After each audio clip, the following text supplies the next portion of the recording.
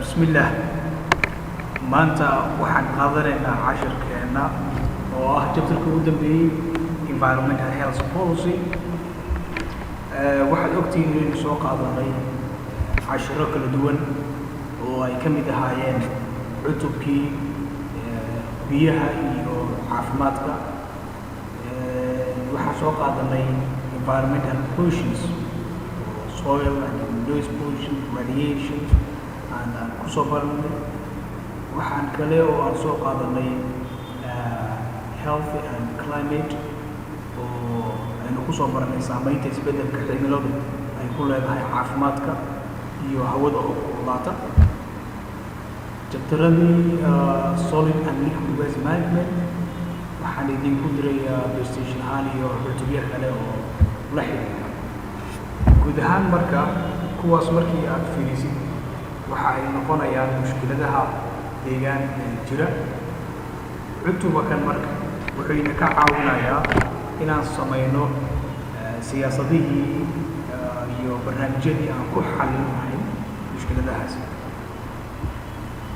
waxaynu xoogga ku saaraynaa inaan fahno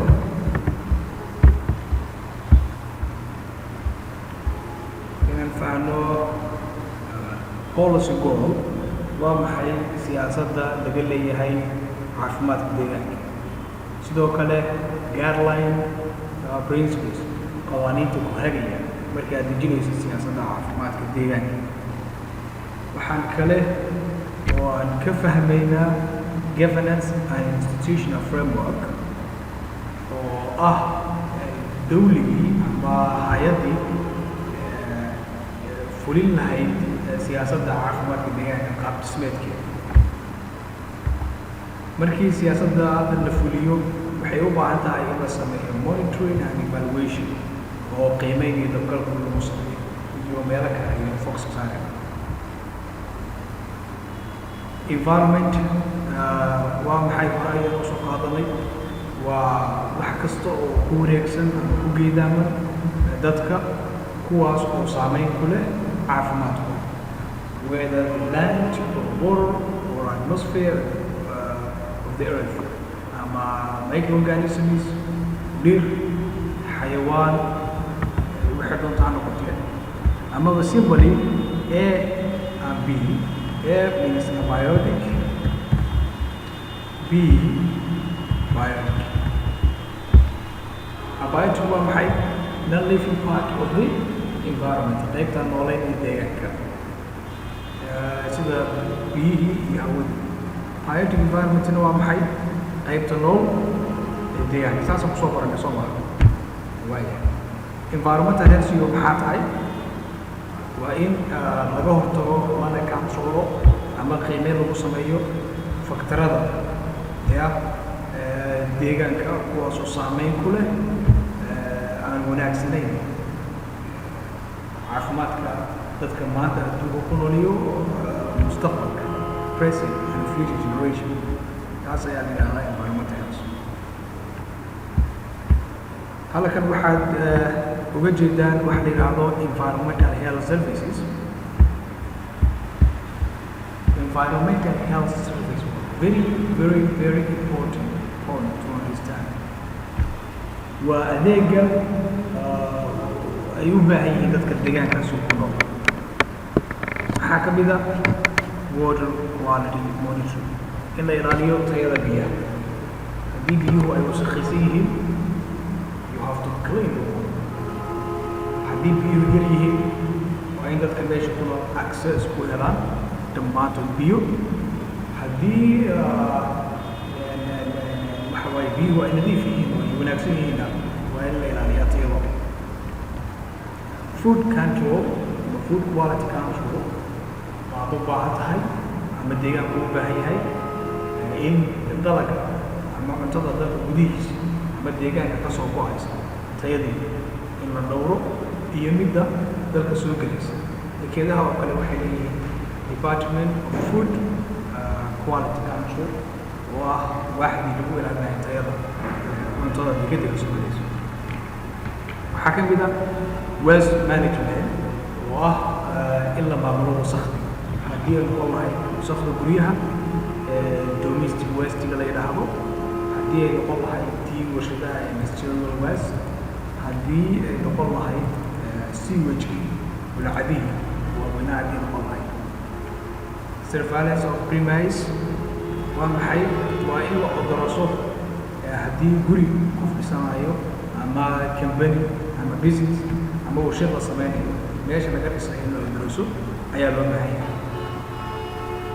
Communicable disease control xanuunada baaha in iyagana maxaan ku sheegaa la controlo waa qayb ka mid ah adeega deegaanku u baahan yahay. Vector control sida dugsigii iyo malaariyadii in la controlo. Environmental pollution control dikhowga deegaanka oo ay ka mid yihiin land pollutionka, ay ka mid yihiin waterka, air pollution, waxyaalahaas oo dhan in waa maxay la control ayay u baahan yihiin. sidoo kale disposal of diet haddii xayawaan uu dhinto ama xoolo ama dad in iyagana disposal loo sameeyo oo la nadiifiyo environmentiga si aysan wasakh ugu keenin. waxaa kale oo ka mid ah environmental health service-ka chemical safety oo ah in dadka deegaanka ku nool laga ilaaliyo chemicalska sida nuclear weapons ama uranium, pesticides and insecticides in laga ilaaliyo. waxaa kaloo ka mid ah port health waxa la yidhahdo. Port health waa maxay? waxa weeye caafimaadka in la ilaaliyo ama la controlo dadka soo gelaya waddanka sida kuwa dekedaha ama airports-yada ka soo gelaya. waxaad ogtihiin iminka waxaa jira COVID-19 ama coronavirus. waxaan xirayaa boodadii, xuduudihii, dekedihii. maxaa wacay? waxa weeye in dadka soo gelaya la ogaado xaaladda caafimaad soo maha. taas ayaa waxaa loo yaqaanaa port health. hazardous services ayaa ka mid ah waxyaalihii khatarta ahaa ee deegaanka, whether it can be natural hazards sida earthquake, volcano, waxay doonto maxaa noqotay, ama floods, tsunamis, amaba man-made hazards mid ay dadku sababeen ha noqotay inuu iyagana la controlo ayaa loo baahan yahay. qodobkaas marka waa maxay? waxa weeye markii aad siyaasadda caafimaad dejinaysid waxa aad ku salaynaysaa adeeg aad bixinaysid. kuwa kanina waa adeegyadii deegaanku u baahnaa. waxaa kaloo ka mid ah hadda aan meesha ku qornayn deforestation, xaalufka oo hazardska soo hoosgelaya xaalufinta deegaanka. waay qodobka kale oo muhiimka ah oo ay muhiimta inaan isla faano waxa weeye himilada guud ee laga leeyahay environmental health policy in la dejiyo siyaasad caafimaad oo deegaanka ku salaysan waa maxay? ujeedadu waxa weeye in la sameeyo maxaa la sameynayaa framework nashqad ayaa la sameynayaa taas oo waddanka siinaysa in uu bixiyo adeegii environmentiga uu lahaa. aims to provide a national framework for provision of environmental health service in a given country or in a given population or in a given site or environment. bulsho waddan ayay ku siinaysaa qaabka uu u bixinayo waa maxay adeegii caafimaad ee deegaanka looga baahnaa. si kale waa kana ujeedada guud halkaas good maaha waa goal waaye. goal waa maxay? last point meesha u dambaysa aad rabtid inaad higsatid. not here, not here, not here, last point. That's the goal. Therefore, meesha u dambaysa ee laga leeyahay dejinta siyaasadda caafimaadka deegaanka waxa weeye to ensure in la hubiyo.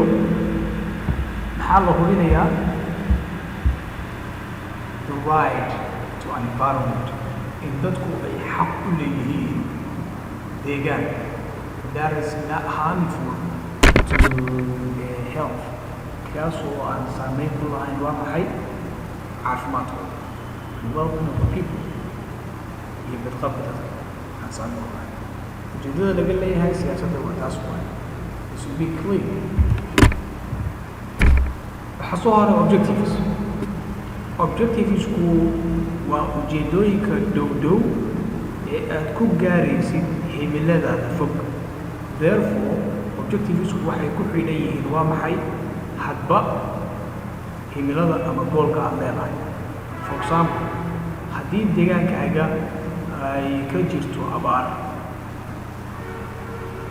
oo siyaasadaada deegaanku ay ku salaysan tahay sidii xal loogu keeni lahaa abaartaas waxaad samaysanaysaa objectives la xiriira sida aad abaarta uga bixi lahayd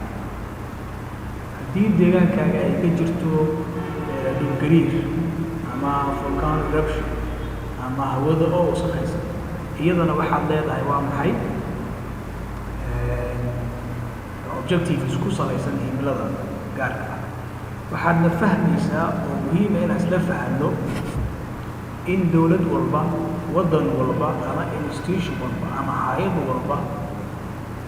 ee arrimaha siyaasadda deegaanka ka shaqaysa ay leedahay siyaasad u gaara oo ay ku wajahdo deegaanka oo ku salaysan kow baahida deegaanka ee meesha ka jirta ama problems meesha ka jira number two ku salaysan resource ay haystaan tusaale ahaan dadka xirfad oo dhan ka shaqeeyaan caafimaadka deegaanka health environmental provisions ay haystaan dhaqaalaha ay haystaan waddanba dhaqaale haysta waddanba dhaqaale badan haysta way saameynaysaa iyo sida ay ahmiyadda u kala siiyaan mushkiladaha haysta siyaasado ku xidhan ayay leeyihiin laakiin inagu cutubkan waxaynu u baranaynaa inaynu fahanno siyaasadda guud ujeedada laga leeyahay qawaaniinta ku hagaya iyo wixii la mida taas waay therefore halkan waxaad ku arkaysaa objectives la xiriira hirgelinta siyaasadda caafimaadka deegaanka maxaa ka mid ah go to ensure in la hubiyo an effective institutional capacity for rendering environmental health services in la helo haykal ama nidaam shaqaynaya baaxad leh oo bixin kara adeegii caafimaad ee deegaanka u baahnaa bixin kara tusaale ahaan inagu waxaan leenahay iminka wasaaradda yidhaahdo wasaaradda maareynta musiibooyinka iyo gargaarka degdega ah 2017 baa la sameeyey xilligaas oo ay dalka ka jirtay abaar ujeeddada laga lahaa waa maxay in dadka laga saaro abaarta si abaarta dadka looga saaro ujeeddada dhow ee la sameeyey maxay ahayd in la sameeyo wasaaradda iyo institution waxaa ka shaqeeya wasaaradda aalise way ka shaqeysa waana lagu guulaystay runtii alxamdulilah number two to facilitate in la fududeeyo horumarinta iyo ilaalinta waxa la yidhaahdo environmental health management information system waa habka casriga ah ee loo maamulo daatada ama xogta caafimaadka deegaanka waa muhiim inaa iyadana qorshaha ku dashatay waxaad kaloo u baahan tahay in la xoojiyo international cooperation wada shaqaynta caalamiga ah oo laga wada shaqeeyo maxay issues affecting health of the people or the environmental health caafimaadka deegaanka arrimaha saameynta ku leh for example adduunka hadda waxaa ka jira waxa la yidhaahdo global climate deal heshiiska cimilada dunida oo wadamada caalamka ay ka wada shaqeeyaan waa maxay waa international cooperation waa mashaqeyn caalamiya si looga baxo cimilada oo kululaata iyo in hoos loo dhigo CO2-ga ama carbon dioxide waxaa kale oo loo baahan yahay in dabagal lagu sameeyo xaaladaha deegaan qiime lagu sameeyo to improve monitoring of environmental health conditions kuwaasoo saameyn ku leh physical or human health مقابلات طبيعية لعافمات الكلام اللي حوجيه to promote community participation inay bulshada ka qayb noqdaan arrimaha deegaanka sidoo kale waa maxay number 6 in la xoojiyo ka qayb qaadashada environmental hygiene programs barnaamijyada nadaafadda la xiriira deegaanka waxaa ka mid ah for example the wash program wash maxaa loo soo gaabiyey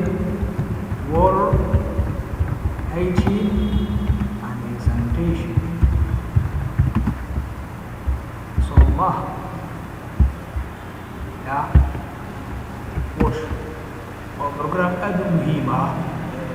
si looga hortago maxay cudurrada si looga hortago garanaysa this is another very important point oo qodob kale oo muhiim ah principles in la fahmo qawaaniinta guud ay muhiim tahay inaad tixgelisid markii aad dejinaysid siyaasadda caafimaadka deegaanka waxaa ugu horeeya point number 7 risk analyze in aad khatarta deegaanka ka jirta aad qiimeyn karta first identify the problem mushkiladda inaad caddayn karta ma abaar baa jirta ma hawadaa kaa wasakhaysan sida hindiya oo kale earthquake baa jira sida wadamaha mininka ama macdanta qodo oo warshadaha waaweyn ee China oo kale ma waxa weeye deforestation baa jira sida Soomaaliya oo kale oo deegaankii baa la xaalufinaya dhirtii baa la jaraya first you have to identify the risk of your environment then dadka ku wacyigeli number 6 waxana bar number 5 u ogoloo dadku inay qayb ka noqdaan ololaha kor u qaadida caafimaadka deegaanka community participation number 4 intersectoral cooperation and coordination inay isku xidhan yihiin dadka waxaa ku shaqada leh from the nation state and the local inay isku xidhan yihiin waxa weeye hay'adihii dawliga ahaa ee qaranka kuwii maamul goboleedka iyo kuwii waxa weeye localka ama districtiga isku xidhan yihiin ayaa loo baahan yahay point number 1 waa kan ugu muhiimsan maxaa waaye equity baa loo baahan yahay cadaalad baa loo baahan yahay haddii meel uu problem ka jiro environment oo aad u tahay health officer ama qayb ka tahayba dadka deegaankaas ku nool hadday u baahan yihiin tusaale ahaan cunto iyo dawo oo loo geeyo waa in aan dadka la kala soocin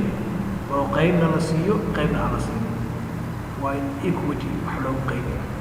iyadoo la tixgelinaya xeerka ah some for all rather than all for some in dadku ay xaq u wada leeyihiin inay helaan adeega deegaan iyo caafimaadka inay helaan number 3 waa inaad garanaysaa maxay tahay baahida womenka ragga ciyaalka iyo dadka waaweyn elders vulnerable groups ayaa la yidhahdaa waa inaad garanaysaa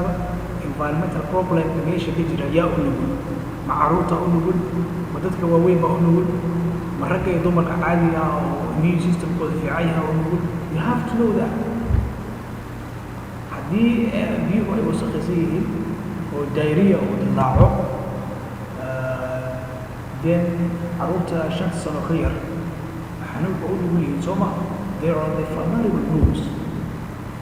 qorshahaaga marka haddii aad priority number 1 aad siisid ragga waaweyn oo miyirkooda caadi yahay wuu khaldan yahay caruurta baa dhimanaysa dad immune systemkooda caadi yahay qorshaha ku darta looma baahno waa inaad tixgelisaa vulnerable groups number 2 waa maxay prevention central to human health in xudunta caafimaadka la ilaaliyo dadka caafimaadkooda la ilaaliyo waa maxay marka qodobkaasi waa qawaaniinta aad u baahan tahay inaad markaa siyaasadda caafimaadka deegaanka aad samaynaysid marka inaad tixgelisid waa laga marmaan. Istaraatiijiyadu halak ku qoran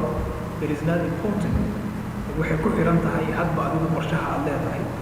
iyo mataqaanaa institutionka aad ka shaqaynaysid qaabka u shaqeeyo ayay ku xiran tahay. laakiin si guud waxaad u baahan tahay implementation and structure. siyaasadda markaad dejisid inaad qeexdid qaabka loo fulinayo structure yaa fulinaya, goorma la fulinaya, xaggee laga fulinaya, budgetka ku baxaya ama dhaqaalaha ku baxaya muxuu yahay. kabacdina markii si wanaagsan aad u qorshaysid implementation aa loo baahan yahay in la fuliyo. waxaad kaloo u baahan tahay inaad xoojisid capacity baaxadda environmental health persons dadka ka shaqeynaya deegaanka dadka ka shaqeynaya training and improve the learning. tababaro inaad siisid korna u qaadid xirfadda dadkaas. formulating an institutional framework inaad nashqadii haykalkii loo wada shaqeyn lahaa aad distid. wasaaradda deegaanka, wasaaradda waxa weeye caafimaadka, wasaaradda maareynta musiibooyinka, maxaa ku sheeg qaabka u wada shaqeynaya way noo soo socotaay ayaa loo baahan yahay. iyo hay-adaha kale inaad samaysid waaxda biyaha, department of water affairs, department of environmental affairs, waaxda deegaanka oo mas-uulka ah inay samayso regulations and policy shuruucda iyo siyaasadaha la xiriira wasakhowga, air quality, ilaalinta tayada, pollution control, iyo environmental education iyo dadka deegaanka la baro. department of human settlement in la sameeyo waaxda deegaameynta oo shaqadoodu tahay inay dhisto waa maxay adequate housing, inay dadka siiso guryo ku filan. sidoo kale waa maxay inay dejiso siyaasadda deegaanka ama deegaameynta ama guriyeynta iyada ayaa laga rabaa. plan for proper implementation in si wanaagsan loo qorsheeyo iyadoo laga soo bilaabayo municipal ama district level to the national level plan ama provisional plan. siyaasad isku xiran oo ilaa heer qaran, ilaa heer goboleed, ilaa heer degmo ah in la sameeyo iyadoo markaas lagu salaynayo service delivery adeegga in la bixiyo iyo budget implementation dhaqaalaha ku baxaya oo lagu fulinayo in la qorsheeyo. environmental health information system habka casriga ee loo maamulo xogta ama daatada environment in la helo iyo qodobkaas kan weeye kan u baahan marka inaan fahno. waddan walba asaa laga sheegay iyo institution walba iyo hay'ad walba waxay leedahay constitution dastuur ku gaara oo mataqaanaa arrimaheeda ay ku maamusho. tusaale ahaan inagu halka markaa fiirsid waxaa ku qoran legislative and executive waa golaha sharci dejinta iyo fulinta, baarlamaankii iyo golihii fulinta oo madaxweynaha, ra'iisul wasaaraha iyo golaha wasiirada ah. therefore waxay leeyihiin hab ay u wada shaqeeyaan, framework ayay leeyihiin ay u wada shaqeeyaan. tusaale ahaan golaha fulinta wuxuu leeyahay wasiirka deegaanka, wasaaradda caafimaadka, wasaaradda maareynta musiibooyinka oo dhammaantood xiriir leh. baarlamaankuna wuxuu leeyahay guddiga kheyraadka dabiiciga, guddiga deegaanka, guddiga faydhowrka deegaanka, guddiga biyaha. waa maxay marka xiriir ayay leeyihiin shaqo, framework ay wada shaqeeya ay leeyihiin. baarlamaanka oo kale maxay sameynayaan sharcigii bay meel marinayaan, dejinayaan. dowladdaas oo dejinayso sharciga baarlamaanka loo keenaya way ansixinayaan, waxay kula xisaabtamayaan shaqadii howlaha noocaas ayaa leeyihiin. tusaale ahaan maxaa ka mid ah national department of health ila leeyahay waaxda caafimaadka qaranka u qaabilsan, local governance dowladda hoose. halkana waxaad ku arkaysaa waxa la yidhaahdo other stakeholders. stakeholders waa maxay? waa daneeyayaal. maxay daneynayaan? environmental health policy. dowladda marka laga yimaado waxaa jira qaybahan oo iyaguna ka shaqeyn kara. maxaa ka mid ah NGOs, non-governmental organizations, hay'adaha aan dowliga ahayn CBOs, community-based organizations, business industries, dadka ganacsatada iyo kuwa warshadaha leh, civil society, bulshada rayidka iyo organized labor shaqaalaha caadiga. Marka waa maxay? waa stakeholders daneeyada iyo waxay ka yihiin environment way ka shaqayn karaan. dowladdu way ka shaqayn kartaa, adigu NGO waad leedahay ama NGO waad ka shaqaysid, proposal aad diyaarinaysaa, qorshaad la imaanaysaa, sida aad u xalli lahayd environmental problem jira waad la wadaagaysaa dowladdii sida wasaaradaha ku shuqul leh, waa isla qaadanaysaan, heshiisa ka gaaraysaan, waa fulinaysaan programka. hay'adaha internationalka ayaa ka mid ah oo arrimaha deegaanka ka shaqeeya. kan waa sida loo soo kala horumarinayo ama ahmiyadda loo kala sameeyo programyada. marka waxay ku xiran tahay problemka environmentka ka jira ayay ku xiran tahay. waadna garanaysaan insha allah. cashirkeenkaas ku leeyahay wixii su-aale ah waxa weeye waad ila soo wadaagi kartaa, halkaas ay ugu reebaysaan. dabcan sida laydin sheegay xafiiska waxbarashadu imtixaankii waa laga yaabaa in isku soo dhawaado, maadadan inaga way noo dhamaatay. stationada aan idiin diray labadii chapter oo liquid and waste management conclusion ay ka sameynayaan, waa idinla soo wadaagayaa. stationadana dabcan waqtigood inaan helin, waxaan idinku qiimeynayaa markskii case study-gii aan soo sameyn jirtay water pollution in IDPs during the rains from Mozambique district. idinku qiimeynayaa